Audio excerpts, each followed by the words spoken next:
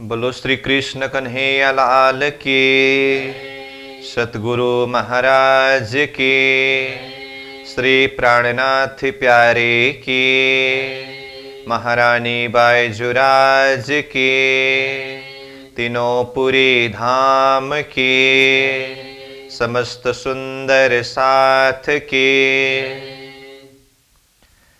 पूरन ब्रह्म श्री कृष्ण जय सच्चिदानंद।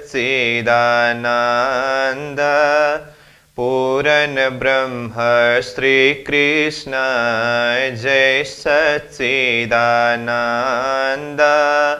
परम धाम की भूमि का आनंद ही आनंद।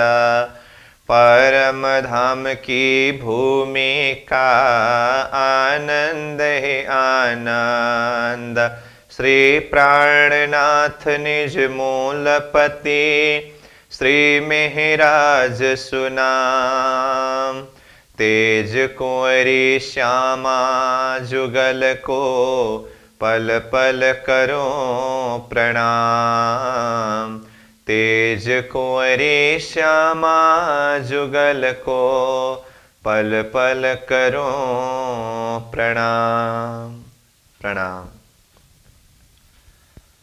उपस्थित संपूर्ण सुंदर साह जी, साधक एवं साधिकाएं, चर्चनी प्रशिक्षण सत्र का आज हम 73वां दिवस के पावन बैठक में उपस्थित हुए हैं।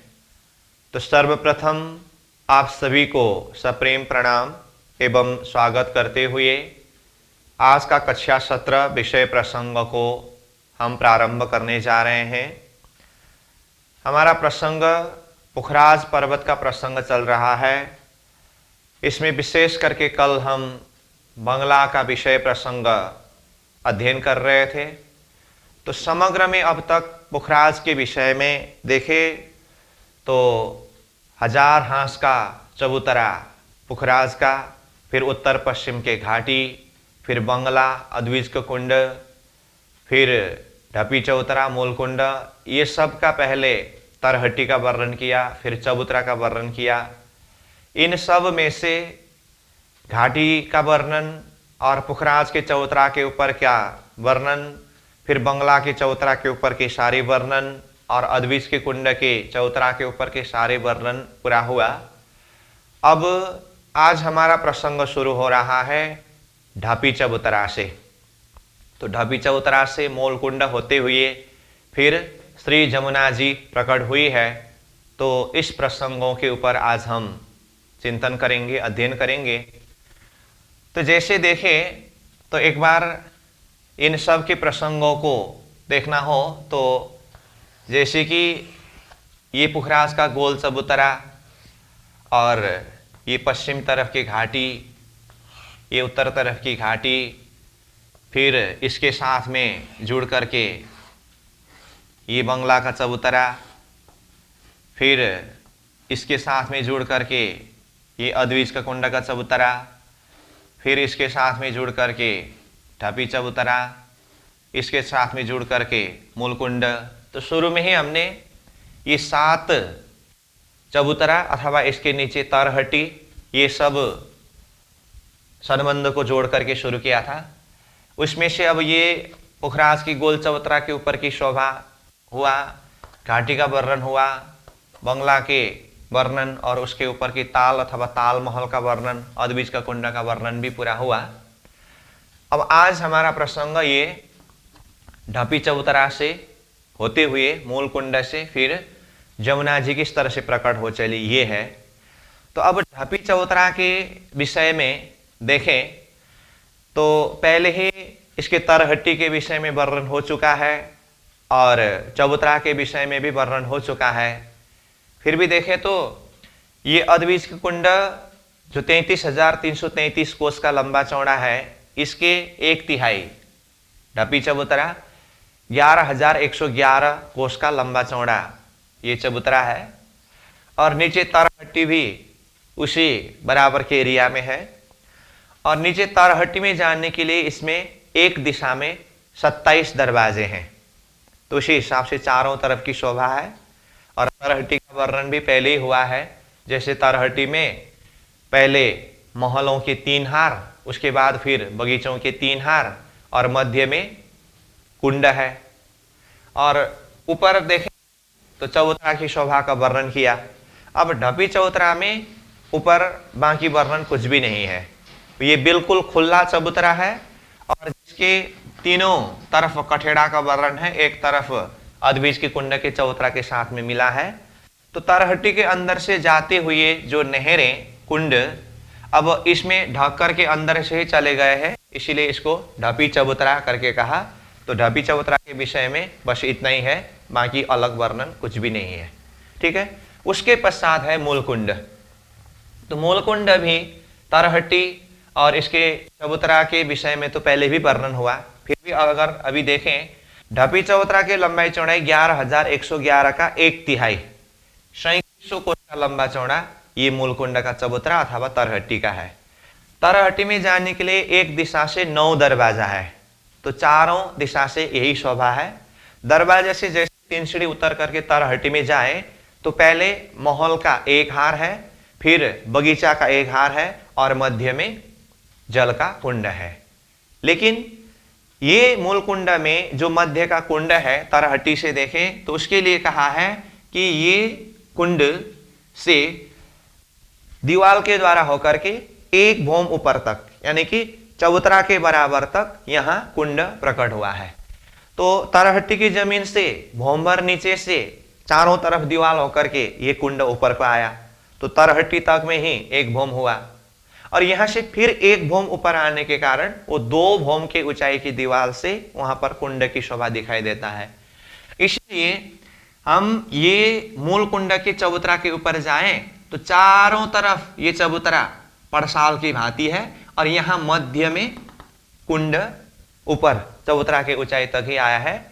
ये मूल कुंड है। अब जमुना जी यहां से आगे बढ़ करके प्रकट होने के कारण ये जमुना जी का मूल कुंड है और इसके भी तीनों तरफ से कठेड़ा है।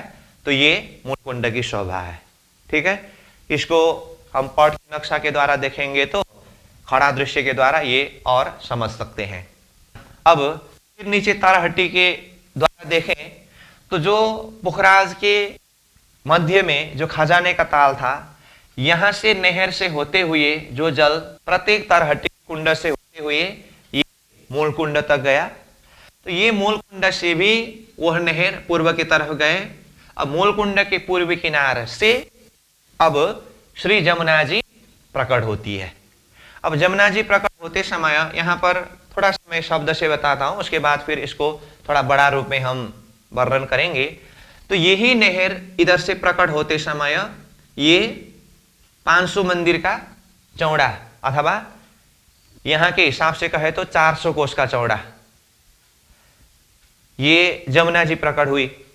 तो जमुना जी प्रकट होते समय साथ में जलदिश का रोष, पाल और पाल का रोष इसी के साथ में निकलते हैं और पश्चिम की घाटी से ये बंदिश का रोष प्रारंभ होकर के इन सब को घेर करके आया था ना ये, तो ये बंदिश का रोष यहीं आकर के मिलते हैं और इधर से आया हुआ ये बंदिश का रोष भी ये सब को घेर करके यहाँ आकर के मिलते हैं। तो इस तरह से अब जमुना जी प्रकट हुई मूल कुंड के पूर्व से। ठीक है। तो ये शोभा है ढपी चबूतरा और मूल कुंड। तो अब देखिए हमने ये पुखराज का वर्णन प्रसंग में थोड़ा सा कई बार ये सारा नक्शा को जोड़ करके एक साथ वर्णन करना पड़ता था। तो इसीलिए पूर्व दिशा इस तरफ को एक स्टैंडर्ड मान करके वर्णन किया। तो अब ढपी चबूतरा से मूल कुंड होते हुए जमुना जी प्रकट करना है और ये जमुना जी फिर पूर्व की तरफ जाकर के फिर दक्षिण दिशा की तरफ मरोड़ खा करके रंगमहल के सामने के 7 घाट के सामने से होकर के फिर अग्निकोण तक जाकर के फिर पश्चिम दिशा की तरफ मरोड़ खा करके हौज गोसर में जाकर के मिलना है। वैसे तो ये प्रसंग पहले ही वर्णन किया है, फिर भी अब इसके संबंध को जोड़ने के लिए अब ये ढपी चबूतरा, मूल कुंड और जमुना जी प्रकट होने का प्रसंग जो है इसको मैं यहाँ पर नक्शा बना रहा हूं, जिसके लिए अब डायरेक्शन इस तरफ को ही पूर्व मानना होगा। ठीक है, तो इसीलिए देखिए, अब जैसे कि मान लीजिए ये है अद्विज कुंड का चबूतरा, मतलब ये अद्विज कुंड का चबूतरा पूरा हुआ। अब इसके पूर्व में ये ढपी चबूतरा है। तो ढपी चबूतरा के विषय में जैसे कि कहा, इसके ऊपर किनार में कठेड़े हैं, बाकी ये चबूतरा खुला है। ठीक है, अब ढपी चबूतरा से पूर्व तरफ ये मूल कुंड है, और ये मूल कुंड नीचे तारहट्टी की शोभा को देखा, ऊपर से देखेंगे तो मध्य में ये कुंड प्रकट हुआ है यहां, और यहां किनार में कठेड़े होते हैं, वो तो है ही। ये हुआ ऊपर से।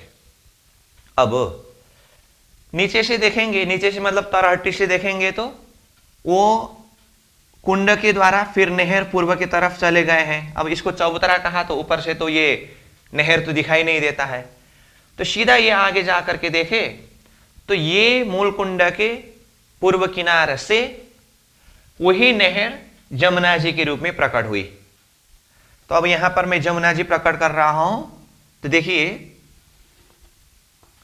ये इस तरह से जमुना जी प्रकट हुई। तो जमुना जी का जो गहराई तो तारहट्टी की जमीन से भी भोंबर नीचे से आया है ना, तो ये जमुना जी है। तो यहां पर जमुना जी प्रकट होते समय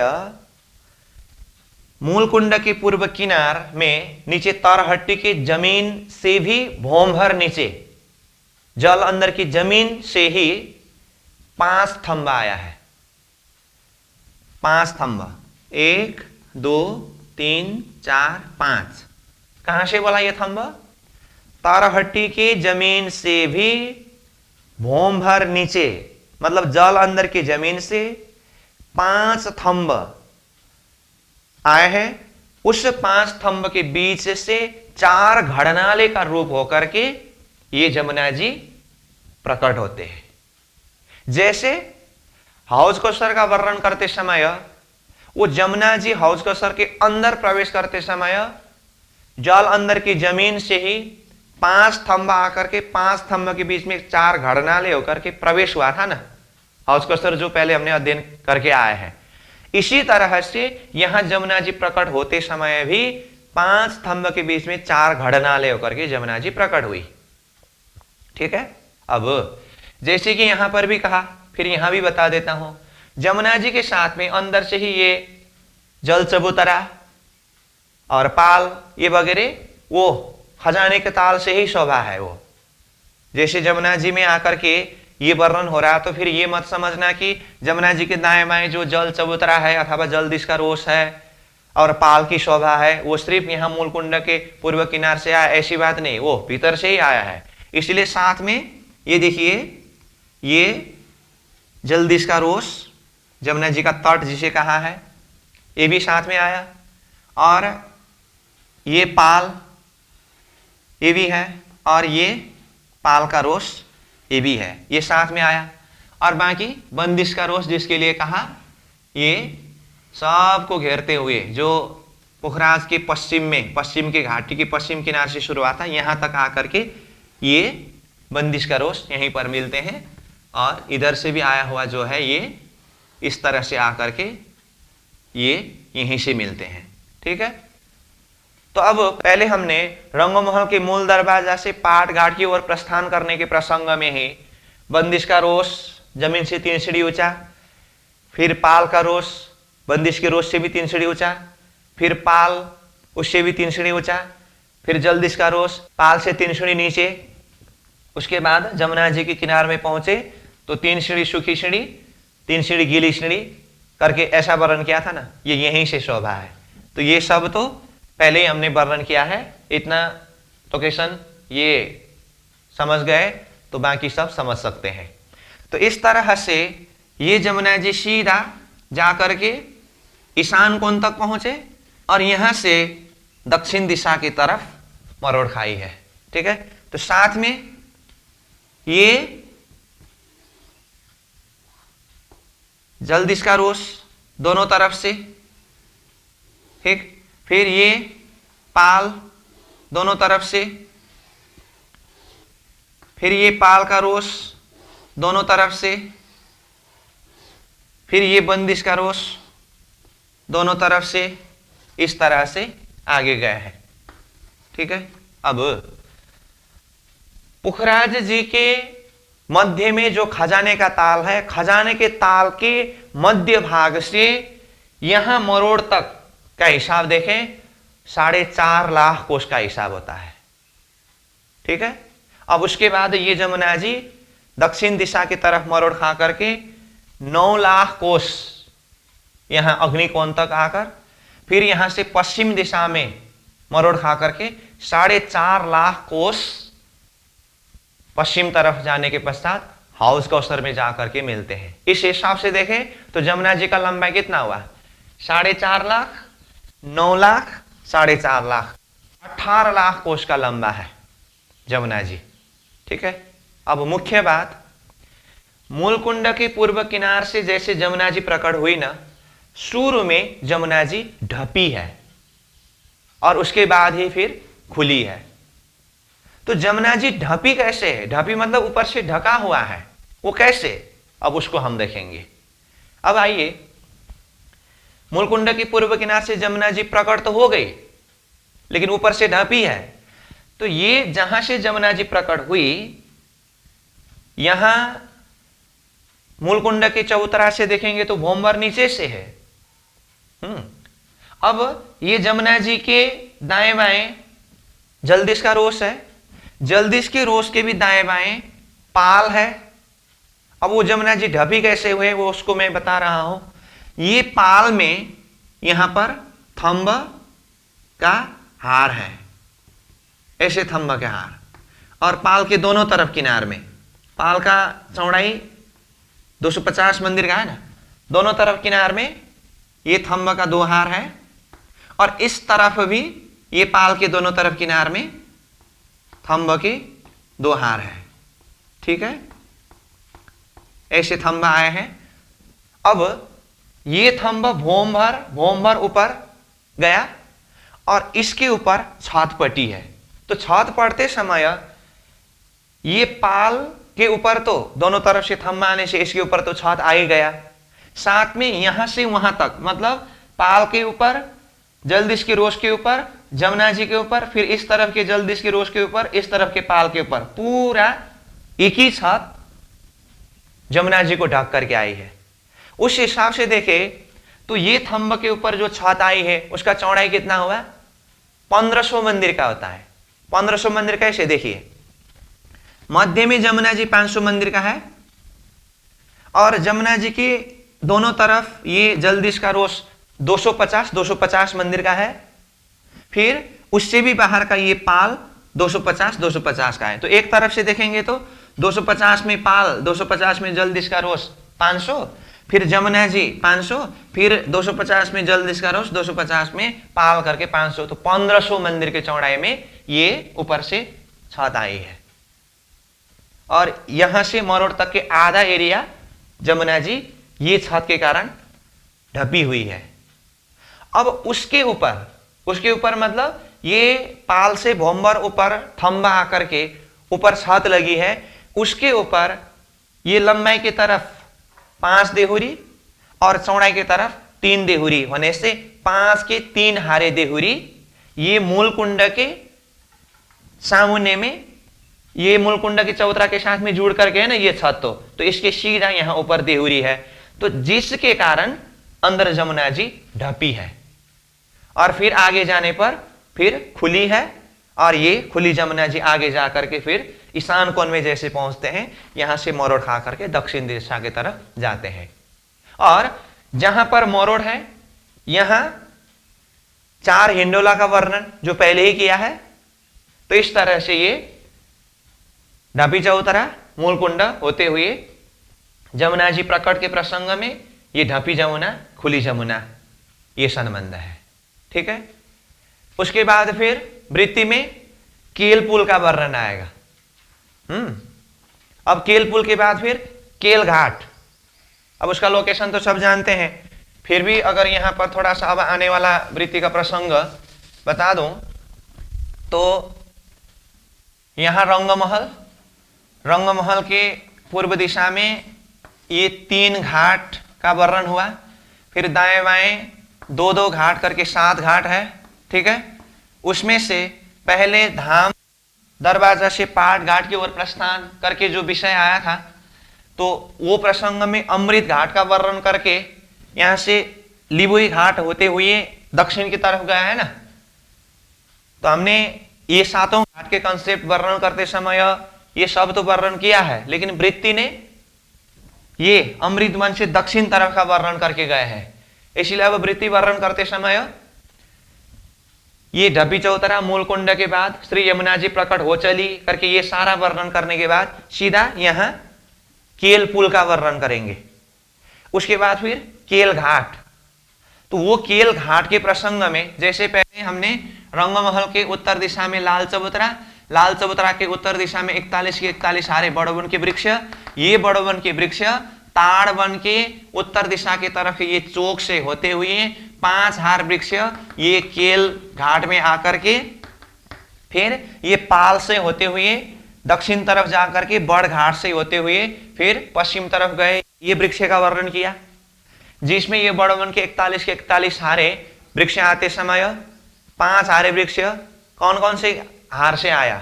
17, 21, 25, 29, 33। ये 5 हार से 5 हार वृक्ष आकर के केल वन के अंदर प्रवेश होने की बात है। ये सारा वर्णन केल घाट के अंदर वर्णन करते हैं, ठीक है। उसके बाद फिर लिबोई घाट, उसके बाद फिर अनार घाट होते हुए फिर ये अमृत घाट तक आए और सामने में पाट घाट है ना, तो पाट घाट में आप पहुंचे तो फिर जहां से परिक्रमा प्रारंभ किया था यहीं आकर के पूरा हुआ। तो इस अर्थ में ये ढपी चौतरा मूलकुंड यमुना जी प्रकट हो चली के पश्चात केल पुल फिर केल घाट से होते हुए पाट घाट तक का वर्णन करते हैं। तो इस तरह से दूसरी परिक्रमा पूरे होते हैं, ठीक है। तो ये हुआ ढपी चौतरा मूलकुंड यमुना जी प्रकट हो चली, ये सारी बातें हमने यहाँ सार रूप में बताया। अब इसको हम पॉट के नक्शा के द्वारा देखेंगे, उसके बाद फिर आगे वृत्ति के शब्द के द्वारा ये सारे प्रसंग जो भी है उसको अध्ययन करेंगे। अब ये नक्शा देखिए, ढापा चबूतरा और मूल कुंड करके कहा, ये 83 पेज नंबर का नक्शा है। तो इसमें देखिए अब इसी तरफ को पूर्व डायरेक्शन लेकर के रखा है। ये अद्भिज कुंड का चबूतरा है, अद्भिज के कुंड के चबूतरा के साथ में लग करके ये ढपी चबूतरा है।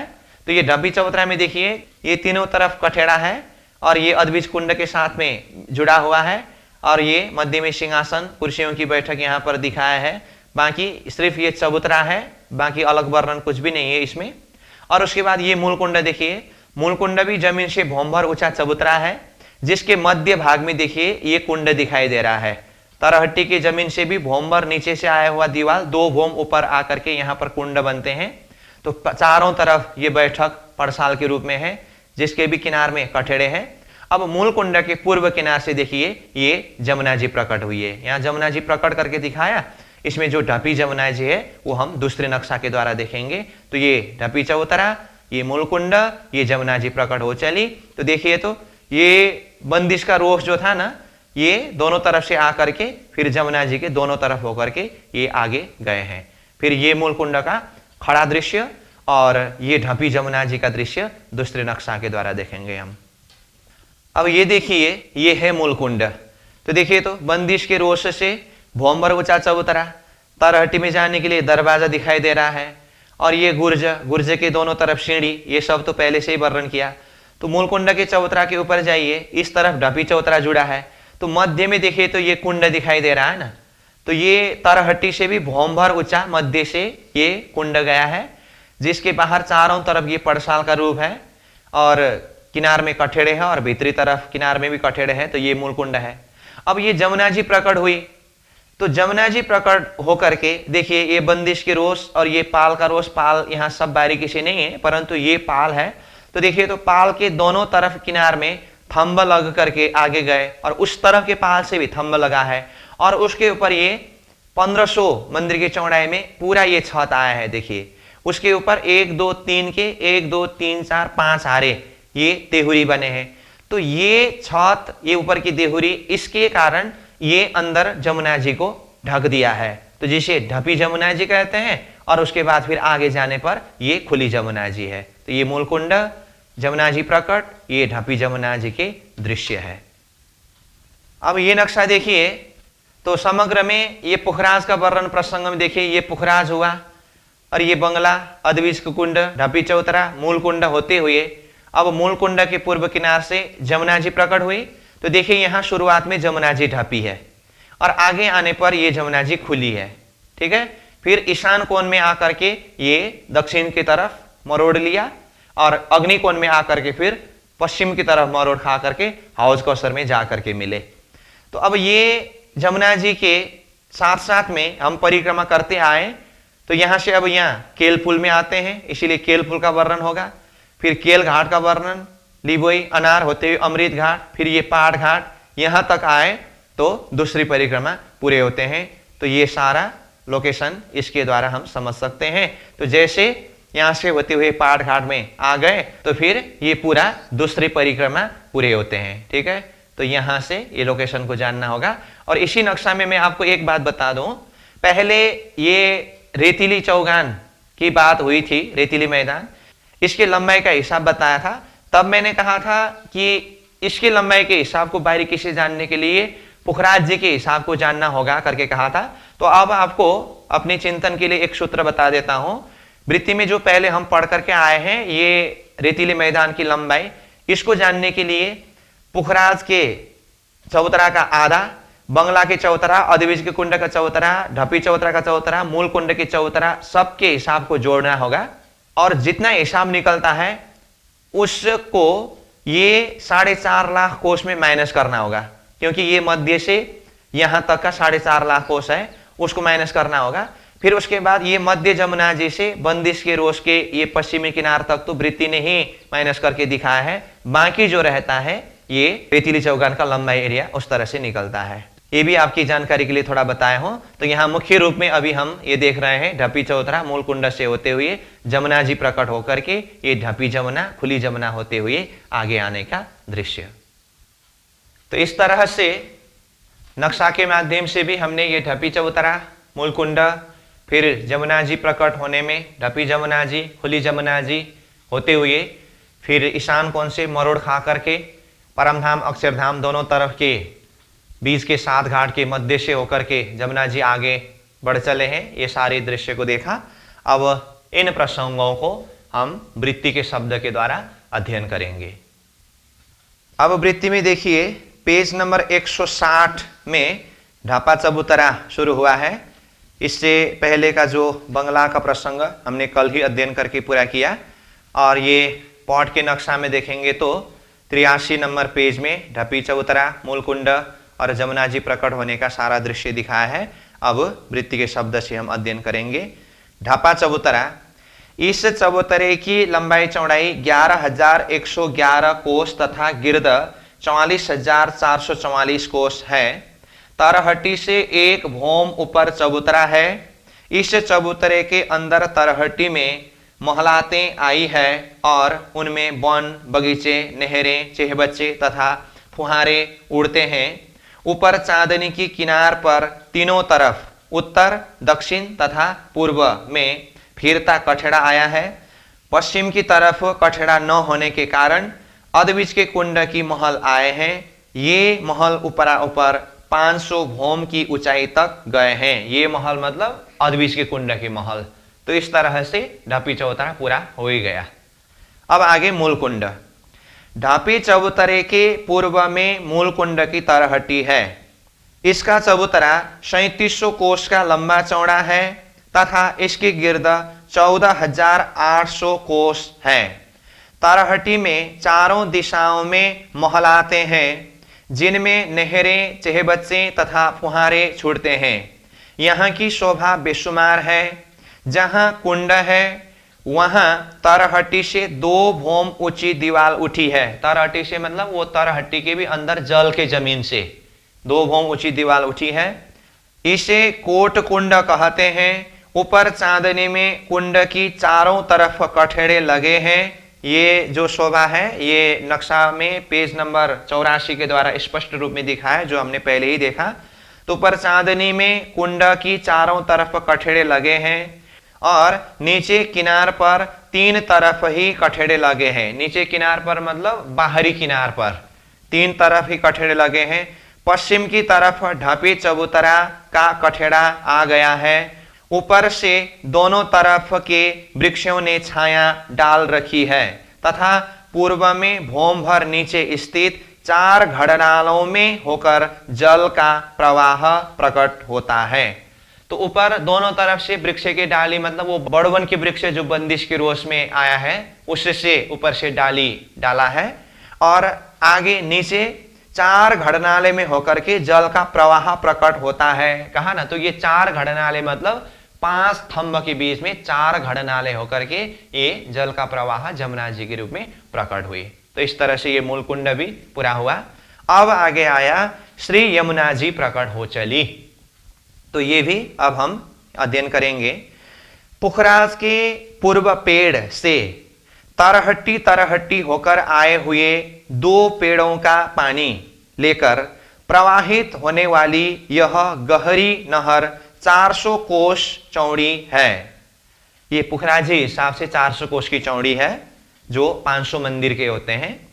यहां से प्रवाहित यह नहर श्री यमुना जी की संज्ञा लेकर प्रकट हुई है। 400 कोस चौड़ा पाट है जिसकी दोनों तरफ 400 कोस की चौड़ी पाल है। पाट है मतलब ये जमुना जी का जो 400 कोस का चौड़ा मतलब 500 मंदिर है ना, इसके ऊपर छत पट्टी है। तो यहाँ पाट है मतलब ऊपर से छत पट्टी है जिनकी दोनों तरफ 400 कोस चौड़ी पाल है। अब पाल तो 250 का ही है, लेकिन दोनों तरफ 400 कोस का पाल है। कहने का मतलब वो पाल और पाल का रोस दोनों मिला करके 400 कोस के ऊपर भी दोनों तरफ से छत पट्टी है। तो उसको बताने के लिए इस तरह से कहा है। एक पाल पर 250 मंदिर में श्री यमुना जी का तट है जिनकी दोनों तरफ 400 कोस चौड़ी पाल है। एक पाल पर 250 मंदिर में श्री यमुना जी का तट है और 250 मंदिर चौड़ी पाल है, जिसके कुल 500 मंदिर इन ब्रैकेट 400 कोस हुए। उसी प्रकार दूसरी ओर भी पाल पर 250 मंदिर का पाल और 250 मंदिर में श्री यमुना जी का तट इन ब्रैकेट रोष है। दोनों तरफ के पाल श्री यमुना जी की दोनों तरफ की रोशों से कमर भर ऊंचे हैं तथा दोनों पाल की रोशें जो बंदिश की रोश की ओर है पाल से कमर भर नीचे है, मतलब पाल का रोश। इस रोश की चौड़ाई 250 मंदिर है, इसे जिसको पाल का रोश कहते हैं। श्री यमुना जी के दोनों पालों पर 2-2 हारे थंबों की आई है। ये थंब कमर भर ऊंचे चबूतरे के कोनों पर लगे हैं। ये चबूतरे 3 सीढ़ी ऊंचे हैं। इनके चारों दिशाओं पर 3-3 सीढ़ियां उतरी है। किनार पर कठड़ा फिरा है। इन दोनों पालों पर 5-5 चबूतरे हैं। हर चबूतरे के चारों कोनों पर थंब फिरे हैं। किनार पर कठड़ा और चारों दिशाओं पर 3-3 सीढ़ियां लगी है। उन पालों पर थंबों की 2-2 हारे आई है। उन थंबों की चांदनी पर छत में 5-5 देहुरियां आई है और प्रत्येक देहुरी पर कलश है तथा कलशों पर ध्वजाएं फहराती है। श्री यमुना जी के दोनों पाल ऊपर के छत रूपी मेहराबों से ढके हुए हैं, अर्थात ऊपर छत आई है। उस छत के ऊपर 5 बड़ी बड़ी देहुरियां आई है। इस तरह छत पर 5-5 देहुरियों की 3 हारे हुई तो कुल देहुरियों की संख्या 15 हुई। इसलिए यहां तक श्री यमुना जी ढपी हुई है। अतएव इसे श्री ढपी यमुना जी के नाम से पुकारते हैं। 5 देहुरियों के पश्चात श्री यमुना जी खुली है। दोनों पालों पर 5-5 देहुरियां आई है, किंतु श्री यमुना जी के ऊपर देहुरियां नहीं है, इसीलिए इन्हें खुली यमुना जी कहते हैं। जहां ईशान कोण से श्री यमुना जी दक्षिण की ओर मुड़ गई है, वहां कोने पर 4-4 हिंडोलों की तालियां पड़ती है। कोने की दोनों पालों पर 4 महल है। उन महलों की कमानों मेहराबों में हिंडोले लटकते हैं। 2 हिंडोले जल पर स्थित है और 2 हिंडोले पाल पर स्थित है। चारों हिंडोलों की तालियां जल पर पड़ती है। यहाँ श्री यमुना जी धाम यानी कि अक्षरधाम, परम धाम मतलब रंगमहल परम धाम के 14 घाटों की संधि, परम धाम की तरफ का 7 घाट, अक्षरधाम की तरफ का 7 घाट, 14 घाटों की संधि में एवं दोनों पुलों के नीचे से होकर अग्निकोण तक पहुंची और वहां से पश्चिम की ओर मरोड़ खाकर हौज कौशर ताल की ओर जाती है। तो हौज कौशर ताल करके नीचे मदियम सरह, मदियम मदकरम हर्षोत्पादकम सरह। उक्त प्रमाण द्वारा देखा जाए तो दिव्य ब्रह्मपुर 25 पक्ष के सभी नाम रहस्यपूर्ण है, अतः वेदोपनिषद शास्त्र सूत्र निर्दिष्ट है। ऊपर से देखिए फिर, इन दोनों मरोड़ों पर 5-5 महल और 4-4 चबूतरे दोनों पालों पर सुशोभित है। जो पहले ही हमने रंगमहल के पूर्व तरफ पाट घाट तक जाने के प्रसंग में 1 महल 1 चबूतरा करके ये प्रसंग वर्णन किया है, वही बात है। श्री यमुना जी की बाहरी ओर की दोनों रोशों पर वृक्षों की 2 हारों की कतारें चली गई है। इस प्रकार अग्निकोण से पश्चिम की तरफ मरोड़ खाकर श्री यमुना जी 16 देहुरी के घाट के नीचे से होकर मध्यम सरह हौज कौशर ताल में संप्राप्त हुई है। तो इस तरह से श्री यमुना जी प्रकट होने के प्रसंग को आगे बढ़ा करके हौज कौशर तक जाकर के मिलने का प्रसंग वर्णन हुआ। ठीक है, अब इतना हुआ तो पुखराज वाला प्रसंग पूरा हुआ। अब यमुना जी प्रकट होकर के आगे बहने के प्रसंग में ही जैसे कि कहा, ये पाट घाट से दक्षिण तरफ से ये परिक्रमा वर्णन हुआ है, इसीलिए वो दक्षिण तरफ बट का घाट का वर्णन हुआ। अब ये उत्तर तरफ का बाकी है, इसलिए अब आया केल का पुल।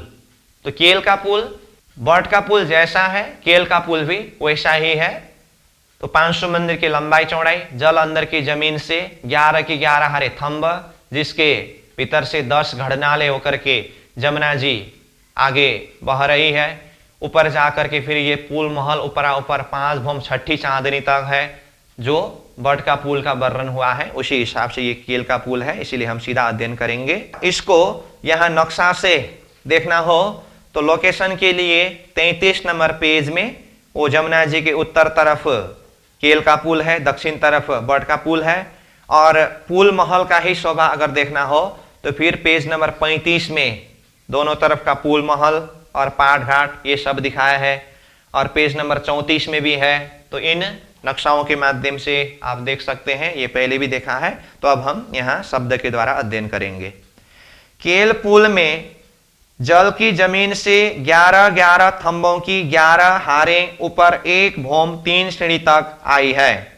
उन थंबों के बीच 10 घड़नाले हैं, जिनमें से होकर श्री यमुना जी जल का प्रवाह पार होता है। दोनों पाट घाटों में 3-3 घड़नाले हैं। इन 6 घड़नालों से होकर 6 नहरें जाती है और 4 नहरें उभय पाट घाटों के बीच में से होकर जाती है। पुल के 10 घड़नालों में से विभक्त हुआ जल उसी रूप में आगे बट पुल के 10 घड़नालों में होकर चला जाता है। श्री यमुना जी के ऊपर 3.5 लाख कोस की दूरी पर केल पुल और बट पुल आमने सामने झलकते हैं। तो ये 3.5 लाख कोस का दूरी जो है ये रंगमहल के ही मंदिर और कोस के संबंध से है। तो 7 घाट के सामान्य में ये पुल होने से सात घाट का जो लंबाई का एरिया 3500 मंदिर का है, तो वही 3500 मंदिर के अंतर के एरिया में ये पुल होने से 3.5 लाख कोस की दूरी में ये दोनों पुल है, ये हिसाब है। और आमने सामने झलकते हैं करके नीचे चौपाई बताए हैं। साम सामी झरोखे झलकत अति मोहलात, पुल दो दूजी किनार लग बीच जल ताल ज्यों शोभात। अर्थ, श्री यमुना जी के हीरे नंग के दोनों पुल महलों के आमने सामने के झरोखे अत्यधिक सुशोभित है। इन उभय पुलों के मध्य में दोनों किनार के यमुना तट पर्यंत विस्तृत है, जो श्री यमुना जी का जल ताल की भांति 3500 मंदिर की लंबाई तथा 500 मंदिर चौड़ाई में अति सुंदर शोभायमान है। फिर ऊपर से देखिए, दोनों पुल महल हीरे नंग के बने हुए हैं। इन दोनों पुलों के बीच 7 घाट सुशोभित है। तो इस तरह से पुल का वर्णन हुआ। अब आगे आ रहा है फिर केल का घाट। तो 7 घाट के प्रसंग में ये केल का घाट हमने पहले ही वर्णन किया है, तो ये वृत्ति से अध्ययन करना बाकी है। जो अभी ये परिक्रमा के तरफ से आकर के वर्णन कर रहे हैं, तो ये सीधा हम अध्ययन करेंगे। श्री यमुना जी के मूल कुंड से दोनों तरफ की पाल रूपी चबूतरा चला है, जो हौज कौसर ताल से जा मिला है। और चबूतरे के दोनों तरफ कमर भर नीचे 2 रोशें आई है, उन्हें पाल की रोश कहते हैं। पाल के रोश की दोनों तरफ बंदिश की ओर से 2 रोशें पुनः आई है, जिनकी चौड़ाई 500 मंदिर है। इन्हें बंदिश की रोश कहते हैं। उस रोश में बड़े वन के वृक्षों की 2 हारें आई है। इन उभय पालों पर बड़े वन के 5 वृक्षों की पंक्तियां विद्यमान है, जो कि लाल चबूतरा और मधुबन की संधि में से केल घाट पर होते हुए पाल पर आए हैं।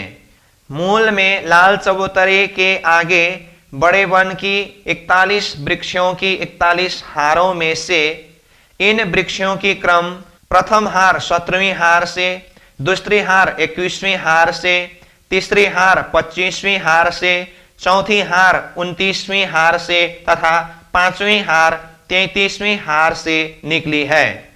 इन वृक्षों की 5 भौम छठी चांदनी है और नीचे पाल पर चौकों की 4 हारें आई है। इन चौकों के बीच में केलों के बगीचे आए हैं और दीवालें, गलियां, थंब तथा मेहराबें वृक्षों की आई है तथा ऊपर के पत्तों से चौक ढक गए हैं। नीचे मोती सदृश रेती चमचमाती हुई विद्यमान है। यहाँ कच्चे पक्के केलों की कतारें जल के ऊपर लटक रही है। अब नीचे चौपाई देखिए, कच्चे पक्के केलों कतरे एक खूबी और खुशबुएं, जुदी जुदी जिनसों शोभित सुंदर चौक में सोए। अर्थ, पाल के पूर्व किनार में 500 मंदिर की लंबाई में केले के थंबों पर लगे हुए कच्चे पक्के केलों के गुच्छे श्री यमुना जी के जल पर लटक रहे हैं। इनकी शोभा तथा विशेषता यह है कि उसमें से सुगंध निकलती है। इनके गुच्छों के झुंडों ने यमुना जल के ऊपर अति सुंदर शोभा युक्त कांगरी का आकार ले लिया है। इनकी विभिन्न प्रकार की जातियां केल वन के सुंदर चौकों में सुशोभित है। फिर ऊपर से देखिए, इन चौकों की 5 भौमों में हिंडोले लगे हुए हैं। अतः जहां 2 घाटों की संधि आई है, वहां चबूतरे की किनार पर एक देहुरी आई है। ऐसे चौक तथा देहुरियां 7 घाटों में आई है। केल घाट की लंबाई बड़े वन से लेकर पाल की पूर्व किनार तक तथा चौड़ाई 500 मंदिर है। श्री यमुना जी के दोनों किनार जरी मणियों से जड़ित है। श्री राजश्यामा जी एवं सखियां दौड़ा दौड़ी करते हुए यहाँ से हौज कौशर कुंज निकुंज की ओर तथा झुंड के घाट में पहुंच जाते हैं। चौपाई देखिए नीचे, कबू राज आगू दौड़त ताली श्यामा जी को दे, पीछे साथ सब दौड़त करत खेल हासिका जे। अर्थ, अहो कभी कभी श्री राज जी भी यहाँ श्री यमुना जी की सुरम्य रेती पर लीला करते हुए श्री श्यामा जी को ताली देकर आगे दौड़ते हैं। उनके पीछे पीछे हम सभी सखियां हंसती उछलती तथा ठेक मारती हुई दौड़ती है। फिर इधर ऊपर से देखिए,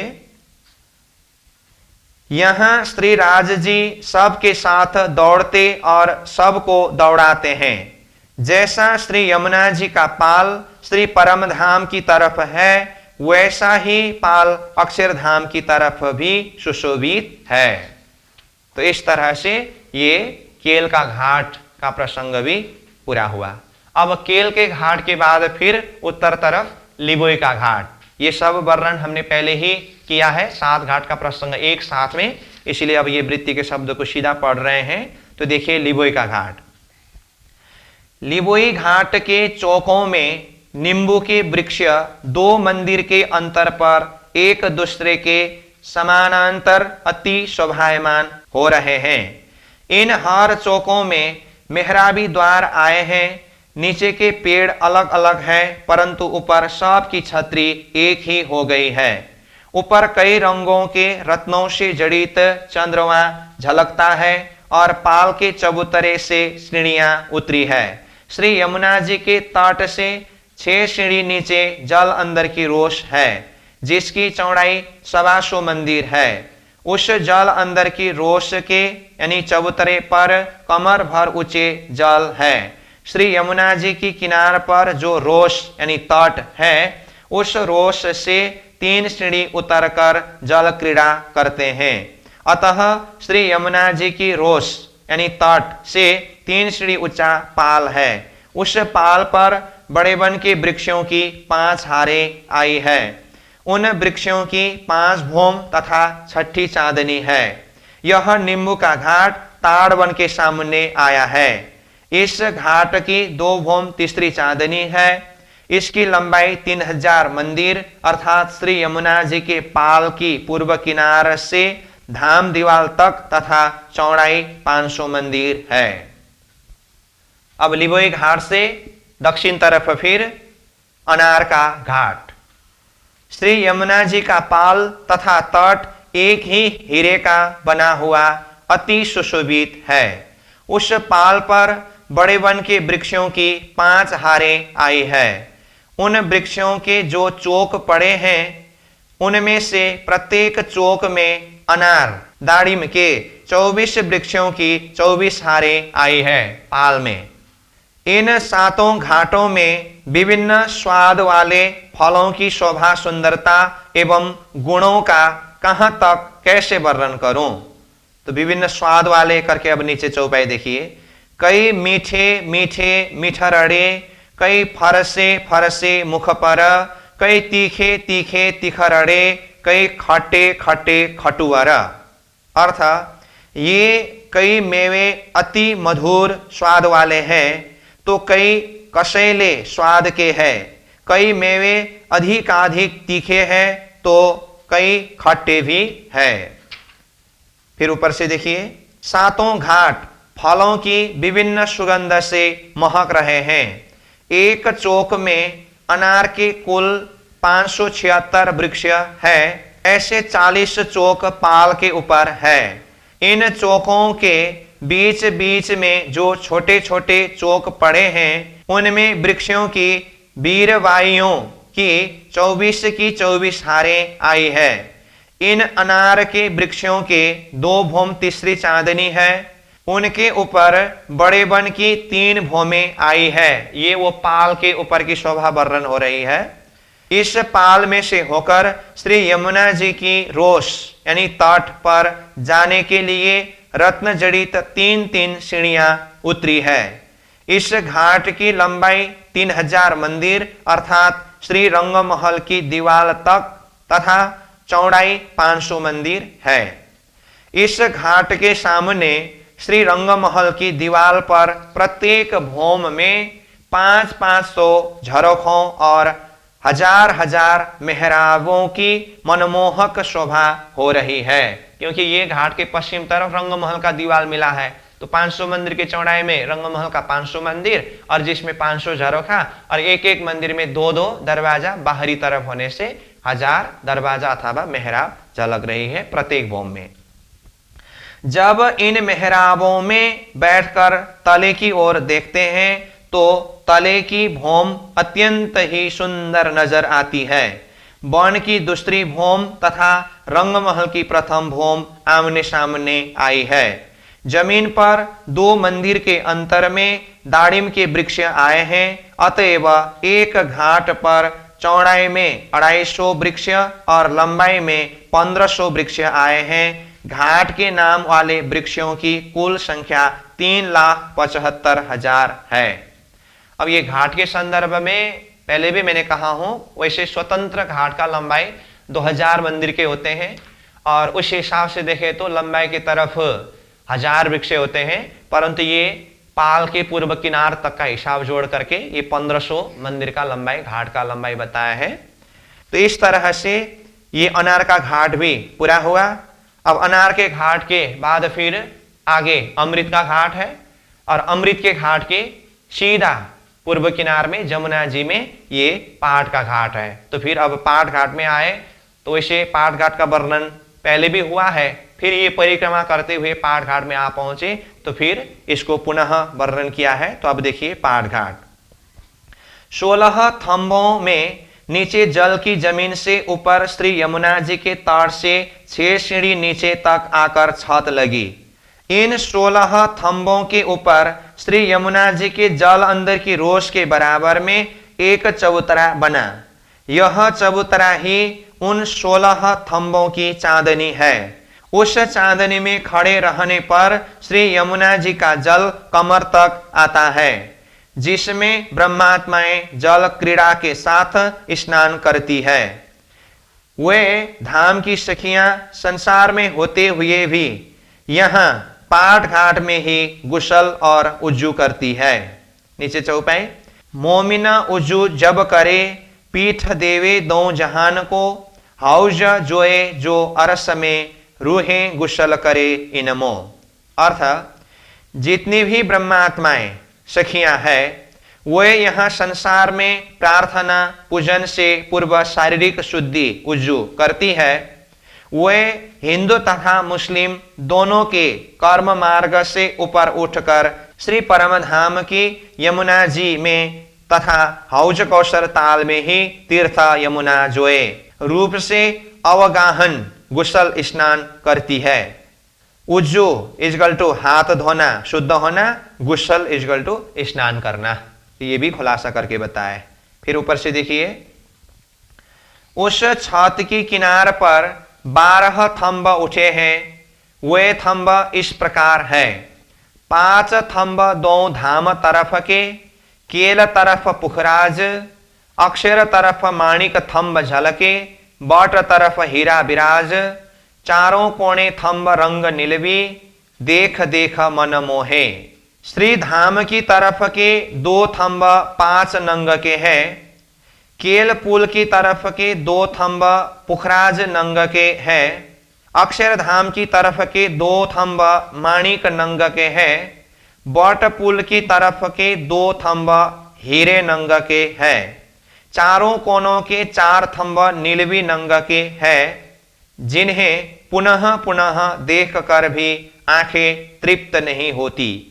ये नीलवी के थंब तो अति मनमोहक है। इस पाट घाट से लगता हुआ जाम्बू जामुन का घाट है। जामुन के घाट के बाद नारंगी का घाट, तत्पश्चात बट का घाट आएगा। बट घाट के सामने बट का पुल है। दोनों पुल महल हीरे के बने हुए हैं। इनकी 5 भौम छठी चांदनी है। ये दोनों पुल आमने सामने झलकते हैं। इन उभय पुलों के बीच 7 घाट सुशोभित है। जैसे 7 घाट धाम की तरफ है, वैसे ही 7 घाट अक्षरधाम की तरफ भी है। श्री यमुना जी के जड़ी जड़ित दोनों किनारों की शोभा श्रृंगार को देखते हुए प्रदक्षिणा देकर पुनः पाट घाट में आइए। तो इस तरह से पाट घाट का प्रसंग भी पूरा हुआ और सब तरह को सार रूप में वर्णन करके पुनः पाट घाट में आइए करके कहा। तो ये दूसरी परिक्रमा भी पूरी हुई। दूसरी परिक्रमा भी पूरी हुई मतलब रंगमहल के मूल दरवाजा से पाट घाट की ओर प्रस्थान प्रसंग से, जिसमें 7 घाट का प्रसंग वर्णन हुआ। फिर 7 घाट से ये जमुना जी तक के बीच में बंदिश का रोष, पाल का रोष, पाल जल्दिश का रोष, इसमें जो भी शोभा है ये सब वर्णन हुआ। फिर जमुना जी में पुल महल का भी वर्णन हुआ। फिर दक्षिण दिशा की तरफ देखे तो कुंज निकुंज वन, हाउस गौसर तालाब, 24 सांस का महल। फिर पश्चिम में पश्चिम का चौगान होते हुए दूब दुलीचा अन्नवन का वर्णन हुआ। उसके बाद पुखराज की ओर प्रस्थान करके ये प्रसंग आया। तो फिर बड़ोवन, मधुवन, महावन की शोभा का वर्णन होते हुए पुखराज जी का वर्णन हुआ। तो पुखराज के प्रसंग में पुखराज जी, बंगला जी, अद्विज का कुंड, ढपी चौतरा, मूल कुंड होते हुए श्री यमुना जी प्रकट होने का प्रसंग हुआ। फिर श्री यमुना जी के साथ साथ में ईशान कोण से दक्षिण दिशा की तरफ मरोड़ खा करके आए तो फिर केल पुल का प्रसंग हुआ। फिर केल घाट होते हुए लिबोई अनार घाट हुआ। फिर अमृत घाट में पाट घाट तक आए तो ये दूसरी परिक्रमा पूरी हुई। तो इस तरह से पुखराज की प्रसंग सहित दूसरी परिक्रमा के प्रसंग में आने वाले विषय भी पूरा हुआ।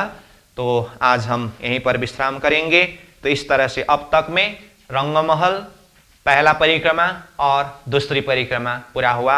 अब आगे जबेरों की नहर जो तीसरी परिक्रमा है, कल हम जबेर की नहर को प्रारंभ करेंगे। तो आज के लिए यहीं पर विश्राम।